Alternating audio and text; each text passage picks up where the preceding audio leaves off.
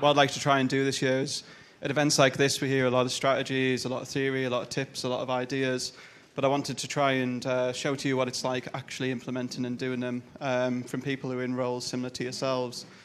So I can stand here and hand on heart say we use HubSpot, we use Vidyard, we do GDD, we do video marketing, we do inbound marketing, and that's enabled us to grow as an agency, and we've had over 100% revenue growth for over 7 years in a row. But I think that's kind of expected in our industry. We're a marketing agency, we should be good at this stuff.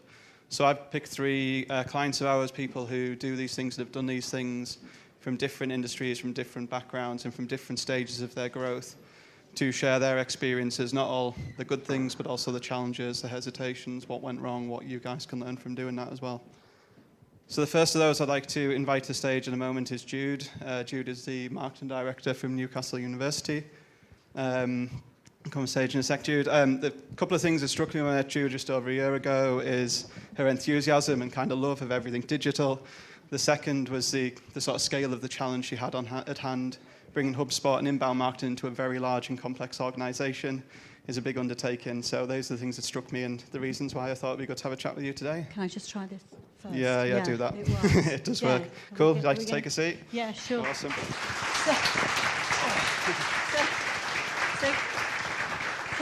can I just say before I start, this is completely freaky when you're talking about something where you know higher education is not my thing. Until 2 years ago, it wasn't my thing. I actually came from SAS last, but I'd worked in all kinds of industries. So there are tons of people in this room that know rather more about higher education marketing than I do. There are several people that know absolutely everything about Newcastle University, and certainly more than I do. And then there's a whole load of you guys that know everything more about inbound than I do. So I'll do my best. No, thanks, Jude. I think you're being a bit modest there, but okay. So I guess that when we start working together, the first thing that struck me was the size and scale of a university, not just from a student perspective, but also as a commercial entity. Just to set a bit of a context for the crowd, will you just share a bit of the size and scale of Newcastle University, but also what that marketing function looks like as well? Yeah. So I think quite often people think of universities as third sector organisations. I did a speaking gig lately where I was introduced as representing the third sector. And the fact of the matter is that the university, Newcastle University, turns over north of £500 million, somewhere between 500 and 600 million pounds a year. If it was a commercial organisation, it would be comfortably inside the FTSE 250, so it's pretty big. We have got 27,000 students, 80% of whom come from outside of the region. And so we have an economic impact to Newcastle itself and the region of about 1.1 billion. We create directly an extra 1,000 jobs around the city. We've got 6,500 employees. So we're pretty big and important, and in a region where things have been pretty tough, we're pretty important. So just in terms of marketing, I think the thing that's really changed about universities is that, and particularly at universities like Newcastle, is that until fairly recently, we didn't really have to compete at all. Students came from local authorities with grants attached to them, magically out of the sky. Very good universities like Newcastle were selective rather than what we call recruiting. And that's now not the case, not for anybody really. And research grants also came much more easily than they do now. So we have to work really hard. And that obviously has a huge implication on the importance of marketing with a capital M. No, for sure. I guess a lot of us would have understood the scale of a uni from like a student perspective, but when you first told me the revenue that the university turned over, I was staggered. I didn't think it'd be anywhere near in that region. So that really helped me understood the sort of size and scale of the challenge at hand. And something else I should have said was that actually our revenue splits almost exactly down the middle. About 250 million comes from student fees. That's undergraduate, home and international, and postgraduate, home and international. And then the other 250 million mainly comes from revenue, which is either research grants or research collaborations with private industry and so on and so forth. So we've got two very different kinds of marketing going on there. One is about high-volume, demand-driven marketing on the student side, and on the research side, it's much more about relationship and more enterprise-style marketing. So we've got everything going on. No, for sure. It's All the time. never a quiet day, is it? Yeah. So I guess going back to the start, you had to convince the board that you needed not only a change in marketing philosophy, but also a change in technology. And both of those were quite significant changes, obviously bringing in HubSpot to an organisation that you've just described, and also adding on to the stuff you were doing, the great things you were doing in marketing, and layering on inbound marketing on top of those things. How did you go about convincing people that change needed to happen and overcome their initial sort of queries and hesitations, and what were those? Yeah, I think for the first time you asked me this, Rikki dropped me an email, and I just put, now you're asking. And I couldn't actually figure out how we persuaded people. Because at a university particularly, everybody's completely intelligent, and people are trained to think, are often quite perfectionist, and there's a number of themes that have come up today which I think we came across, and I had some completely surreal moments in boards meetings describing to a bunch of professors how to think like an intelligent 5-year-old, aka the Google web crawler. And how to structure content, and we even got down to what do you do when you want to pick a pair of curtains? You Google, right, first. And actually, because so many of these things didn't apply to higher education, that's just not how people make decisions about education, is it? So there's a lot of real, barriers to break through. What I would say is I was kind of waiting for a burning platform. The university is extremely good with a burning platform. And the one that presented itself was international undergraduate students, where, actually the volumes are quite small. But the lifetime value of international undergraduates is very high, because the fees are high, and because once you're in for 3 years. So it's a burning platform with relatively low risk. I think collaborating with people, I had a great collaborator in the Chief Information Officer, and also the Director of the International Office. So we worked really together to do a lot of lobbying behind the scenes, breaking down the problem into little bits. And then something that Luke was saying earlier, which I think is true, is persuading people that you have to start. And that, it's the minimum viable product thing. You've got to start and improve. And you can't start and get 10 out of 10 perfect.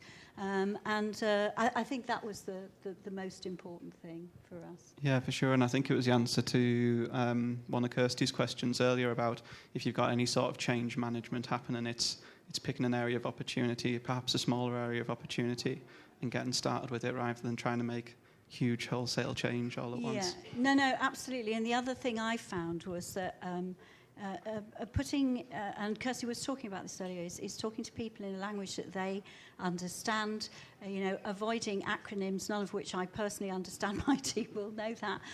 But also avoiding acronyms which have particular meanings to people, like CRM, and so on and so forth. And just talking about the benefits, really, rather than the functionality and the widgets themselves.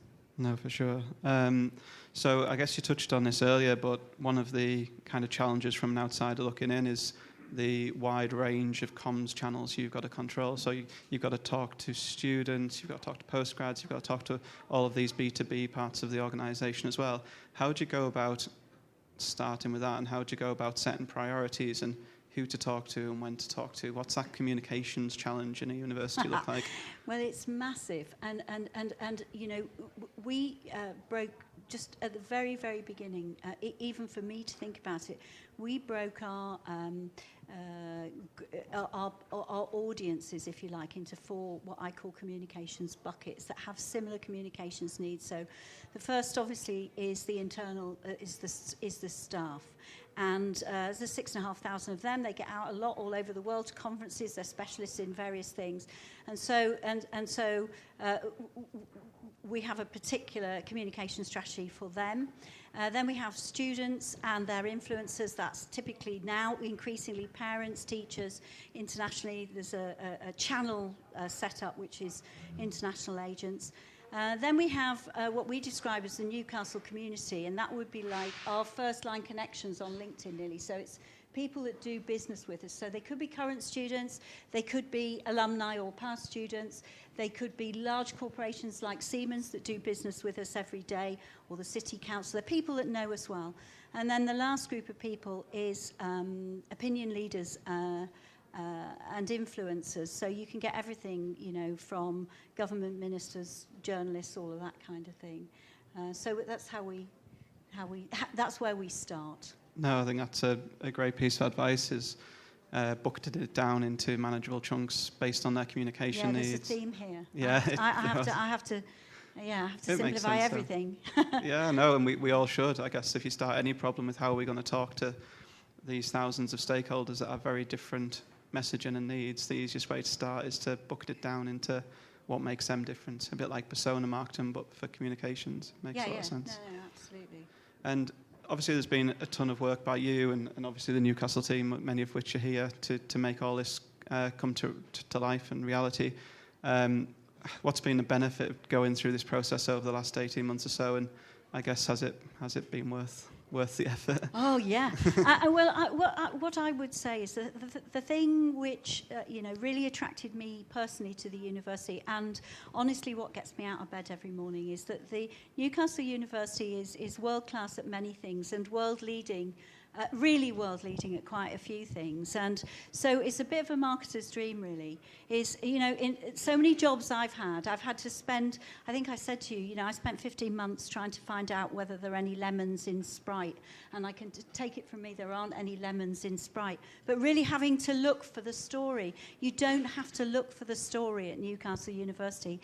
There are so many stories, and so I think all we have to do, it's quite simple, is tell the right people the stories that they want to hear, because there are plenty of them. So the problem's almost the other way around. So it's really worthwhile, and I think it's worthwhile because people all around the university are beginning to really understand what marketing skills and marketing people have got to add to the incredibly important work that they do. And, you know, there are some amazing stories. I discovered lately that there was no computer game in the whole wide world that didn't have a little bit of Newcastle code in it somewhere.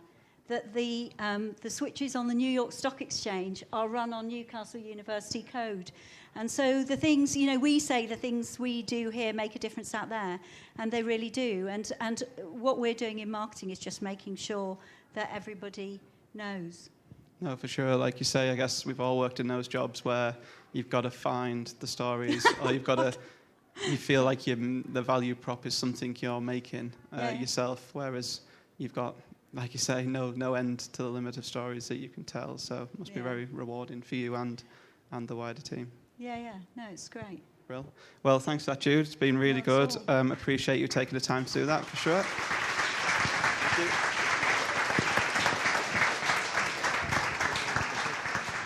So coming on stage in a moment is Tom. Tom is the marketing controller from a company called Shoes for Crews. Shoes for Crews are a very different company to Newcastle University. They provide non-slip footwear to the likes of Burger King and McDonald's, but they also sell direct to waiters and waitresses and barmen across the globe via e-commerce. So I thought it'd be good to have a chat with Tom about that. I think what also makes this chat very interesting is these guys have been doing inbound marketing for 8 or 9 years now.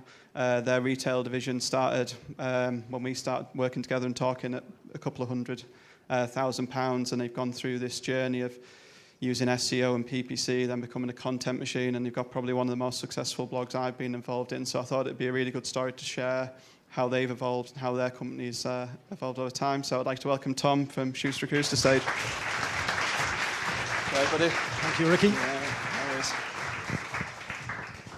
So I guess I kind of mentioned at the start, Shoes for Crews had never really put a lot of time, effort, money, resource into web or digital marketing back in those days. What was the main driver? Why did someone at Shoes for Crews wake up one morning and go, we need to invest heavily into this area? Well, for us, our B2B side, excuse me, of the business was where the success was at.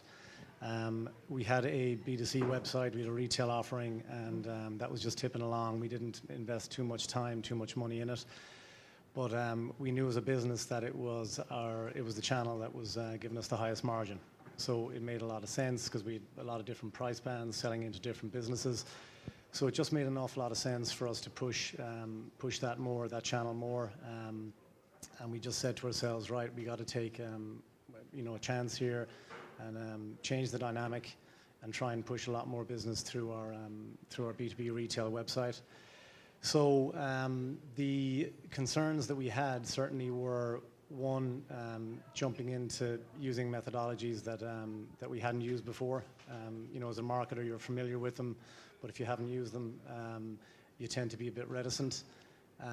So we kind of said, right, that was one issue. But the main issue that we had was return on investment. So it's a key thing that every marketer works to. I was in continuous friendly debates with my financial controller about giving us money. Marketers are very easy and good at spending money. Your financial team wants you to rein things in and not spend money. So I just found that, look, you've got to speculate and you got to take chances. So very much it was about that ROI, because we're target driven.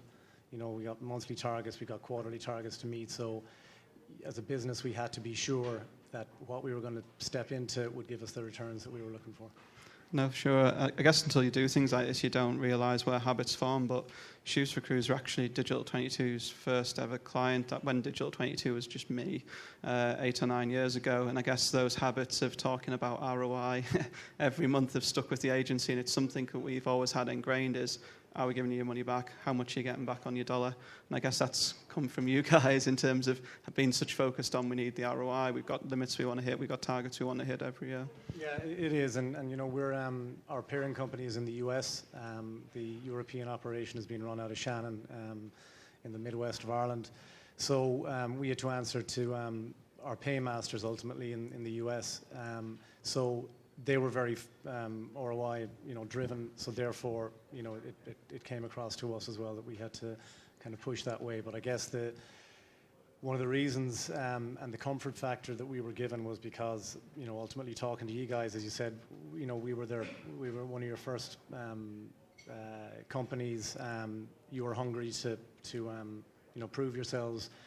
I guess from the processes that you spoke about, what you were going to do, the methodologies and so on, that gave us, I guess, ultimately the comfort and the trust to go, right, let's just take that leap of faith, and haven't looked back since. We're here 8 years later, so I think that's a good testament. We're still talking, Rikki. Yeah, no, we're still friends all these years later, which is always a good sign.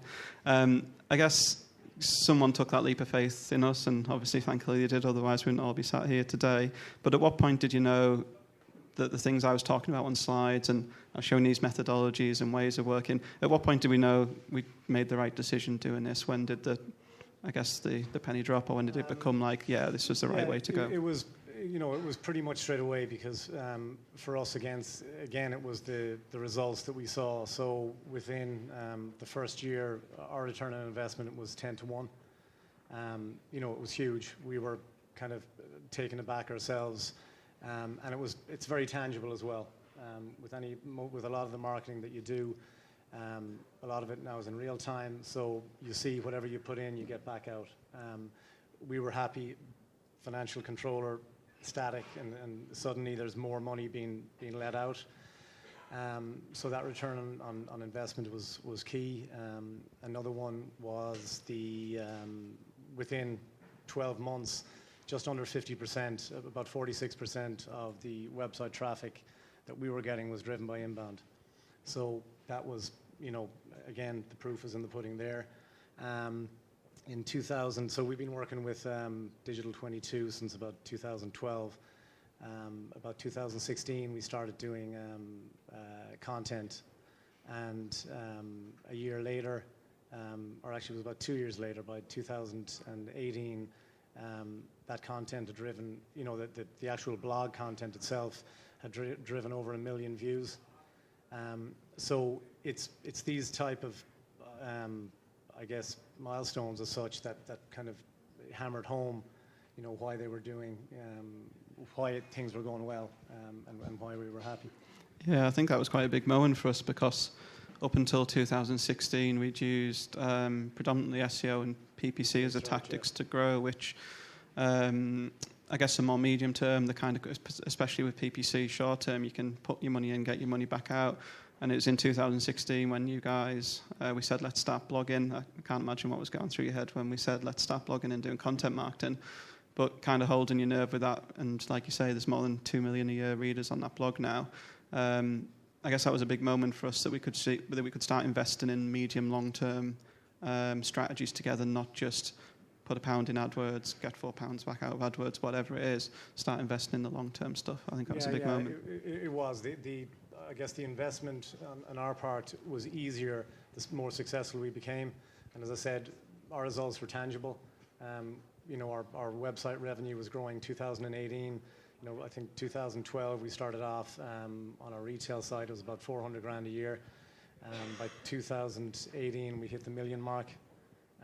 So that was in no small part down to our inbound strategies that we were doing. So as we became more successful, we were happy to I guess, trust you guys more. And, we had built up, a really good relationship, with that. And so it was, it just became easier. Yeah, for sure. And I think that's one of the things that's worked well, and that I quite admire about you guys as a company, is when we work with a lot of people, or when I speak to a lot of marketers, you get really comfortable in doing what they've always done. So every year they'll do the same marketing things because they did it last year. They'll take the same marketing budget because it was the same budget that was last year, but they obviously give us much bigger targets to hit with those budgets. One thing I think you guys have done well, and not just with inbound, but with all the marketing you do, is every year you'll experiment something new. You'll add something on, you'll add a few things on, you'll add a software on, or a channel on, and obviously put some money behind it. What's give, I guess, the company as an overall the confidence in you guys as a team to keep trying new things? How are you managing to get more budget every year? Because I guess everyone here has that challenge of wanting more budget every year. How have you managed to do that year on year on year, get more and more and more to spend on marketing? It's very much down to the retail channel growing. It's our, as I said, it's our fastest growing channel within the business. We're hitting about 20 to 25% growth year on year. And that retail is being driven by inbound. The ROI as well, it's stayed above 10 to 1 pretty much year on year. There's a couple of years we experienced about 13 to 1. And this is taken as an average of everything that you guys are doing for us. So when we're seeing those type of results, it's a little bit easier, as you said, by the end of last year. So 2018, we had about 1 million views on our blogs. End of last year, it went up to 2 million. So the thing with content is it's not immediate.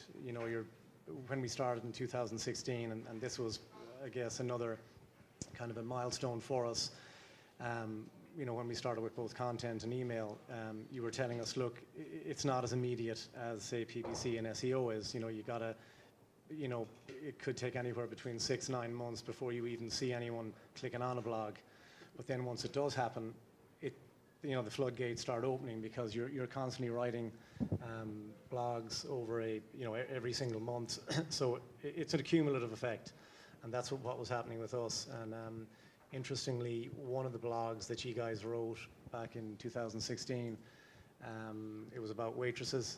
It was key interview questions for waitresses. That's still our top performing blog now, 4 years later. So that's delivering the most traffic to our website of any blog. So there's proof in the pudding of how content is working. And then as a result of that, strategically, because we work in various channels, we talk to, quick service restaurants are a big part of our business, bartenders, waiters, waitresses, hospitality, so the whole hotels, front of house, back of house. So as a result, a lot of our blogs, straight away we kind of changed, and we did interview questions for all our personas. And also key to some of the work that we did with you guys was creating different personas as well. And I think Paul alluded to it earlier, that, going after key personas, you're giving content out to, what people want to hear. You're being relevant. And so for us, we've just tried to be relevant to our target audience as much as we can. Yeah, and I think that's a really interesting tip there in the middle of that is that blog post, if you looked at it, if you did standard keyword research and looked at the keywords for that, there's actually pretty much no volume in that blog topic. Like, there's no keywords that say waitress interview questions. It's probably like 100 a month, but there's 15,000 a month people click it and read it. And it's one of those that if you know your persona well enough and you can demonstrate the kind of capability to know your person well enough and back yourself to write the things that you know they're looking for, even if the keyword research doesn't prove it, it's well worth doing. And it kind of changed a little bit of our philosophy. We were very keyword driven 2, 3, 4 years ago. We still are, but we have this kind of allowance for, look, we just know our personas want to read this. I don't care what the keywords say. And that's one of those that came from that. And like you say, it's probably one of the better performing blogs we've done for you guys. Yeah, it is, and it's great, and that's what we want to do. We want to find ultimately those sweet spots, and keep trying to push those bits of content out. Brilliant. Well, that's it, Tom. Cheers for that, mate. I really appreciate it. Thank you very much. Cheers.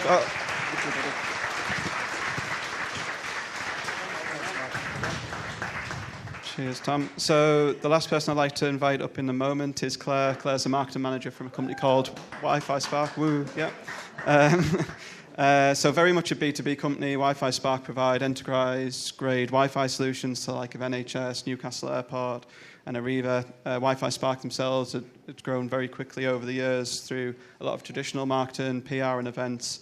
And just over 2 years or so ago, we started to work together because these guys wanted to up their digital game. So I'd like to bring Claire to stage to have a chat about that. Claire, you've got a fan base going in the audience. I like it. So thanks for doing this again. So like I say, you're already a very active marketing team, doing a lot of PR and events and traditional marketing. What was the pull to start looking more into digital, to do inbound, to buy things like HubSpot? What was the driver for that? I think it's really interesting because compared to some of the previous speakers, I think we're on a different, we're at the other end of the scale. We've got 2 in our marketing department at WiFi Spark. That's me and Becky. And we kind of, we do it all. And we sort of, as of 2 years ago, we were doing it in a very manual way. Our email campaigns kind of consisted of the spray and pray technique. It was very broadcast. And we have really strong growth ambitions, and we knew we needed a new channel that was going to help us to accelerate our growth. And also, we wanted people to be coming to us. So inbound was a solution that was going to be really measurable, which we really appreciate, and also was going to be scalable as well. No, for sure. Definitely the measurability part of it, what probably brought me to digital marketing back in the first days. I remember being harassed as a marketing manager to do a lot of channels, maybe radio or whatever it was, and I was like, how do you know if anyone's listened to it? They're like, oh, we got this book and we average it and we'll tell you this number. When I got into digital, I was like, I know that's happened, that person's done it, so I definitely resonate with that. So the website, as we know, is the sort of core to inbound marketing. It's the thing we're pulling people towards. I think it's fallen quite luckily in good time in that Luke's done his talk on growth-driven design, because the question I was going to ask is, you chose to actually go that route. You used the methodology that Luke created. Why did you choose to do that versus just doing another traditional web design? Well, I have been in marketing for long enough that I've done a few website sort of designs and builds in my time, and 100% they've been a stressful, over budget, difficult process. And when I joined WiFi Spark, we knew that we wanted a new website. We knew once we'd met you, we knew we wanted it to be on HubSpot. And then when you just described the GDD process, it was honestly like a revelation, because I've never had a website project that works where you launch it and everyone's happy. A month later, someone will say, oh, have you spotted that typo on that page? Or, oh, did you not think that we need to launch this new product? And then it's going to cost more money, and the business doesn't realize it's going to cost more money. And it's just a painful process. So with GDD, the idea that you iterate and you continually learn and you measure and you make improvements, that has been a complete revelation. and we love it. No, I'm glad you managed to sell it in, because obviously to directors and people like that, it's quite hard. It's quite a hard thing to explain, and I sell GDD all day, every day. But this sort of idea of we're going to keep investing in it. It's a machine. We need to oil it. We need to tweak it. We need to continue to improve it over time. That's definitely a hard sell in. So it was good that you managed to do that. Yeah. I think I don't want to paint a picture that inbound marketing's all rainbows and sunshine and stuff, because it's not. It's hard work as well. What's been some of the sort of challenges you faced turning the business from a traditional marketing function to layering on top of this as well? What's some of the things people should be prepared for if they're going to go down the same route? I think something that we have learned, because we were so excited about the idea of getting lots of new content, and we were sold on content marketing and having great new blogs, and what really took us aback was the sheer volume of the stuff that was coming at us from the team. And we very quickly had to put a process in place to manage the content and to ensure that we had the right approvals process from our side to make sure we could handle it. And when we first started with Digital 22, our CEO, because we're not a huge company, our CEO wanted to see everything, and he wanted to be on the approvals for everything. And I think he lasted like 3 weeks. Yeah, that doesn't work. No.